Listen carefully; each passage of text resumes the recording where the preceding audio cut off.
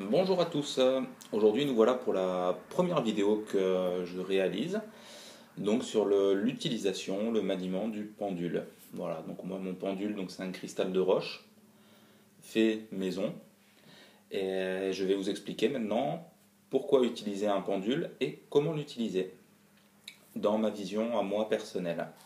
Donc tout d'abord, une fois qu'on a son pendule dans la main, donc on prend la chaînette, on la met sur la pulpe de l'index de la main droite. Ensuite, on vient refermer avec le pouce. Et là, la première chose à faire, c'est de regarder son pendule et de lui dire tout simplement donne-moi un oui. Donc là, on voit bien l'oscillation du pendule, donc là qui va de gauche à droite. On dit stop, donne-moi un non. Et là, l'oscillation change, donc elle va d'avant en arrière. Voilà, on dit stop. Et maintenant, on va passer à un petit exercice pratique. Donc c'est pour ça que je vais vous demander de prendre un stylo, une feuille. Donc de prendre un stylo, une feuille, et vous me rejoignez tout de suite après. Voilà, donc maintenant que vous êtes avec moi, avec votre stylo, votre feuille, votre pendule à la main, donc on reprend le pendule, et avant toute chose, on lui dit est-ce que tu m'autorises à travailler avec toi? Dès qu'on a la réponse, donc si la réponse est positive, on continue.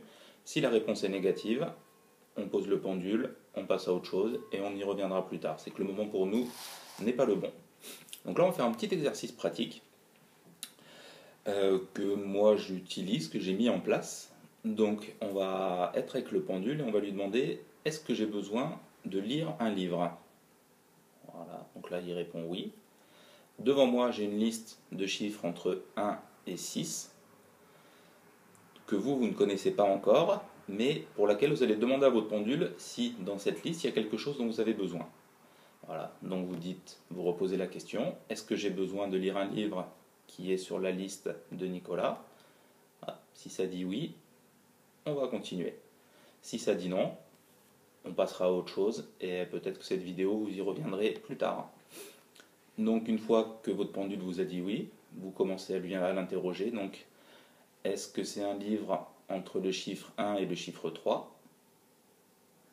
Voilà, donc s'il dit oui, vous dites est-ce que c'est le chiffre 1?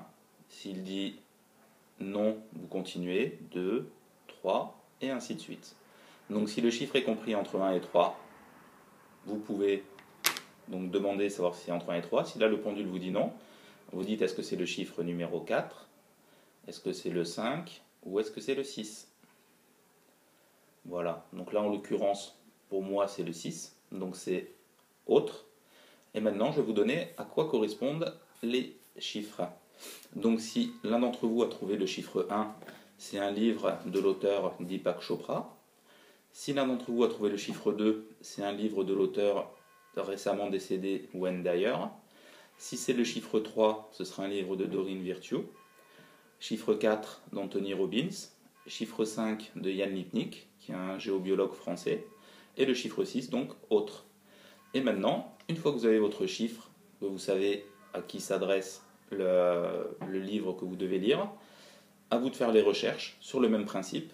Vous allez sur Wikipédia ou sur Amazon ou la Fnac pour voir les livres créés par l'auteur. Vous prenez sur votre feuille, vous marquez les intitulés des livres, numérotés, et après vous allez chercher celui qui vous correspond. Voilà, j'espère que cette vidéo vous aura apporté des réponses à vos questions, et on se retrouve bientôt pour une prochaine vidéo. Merci.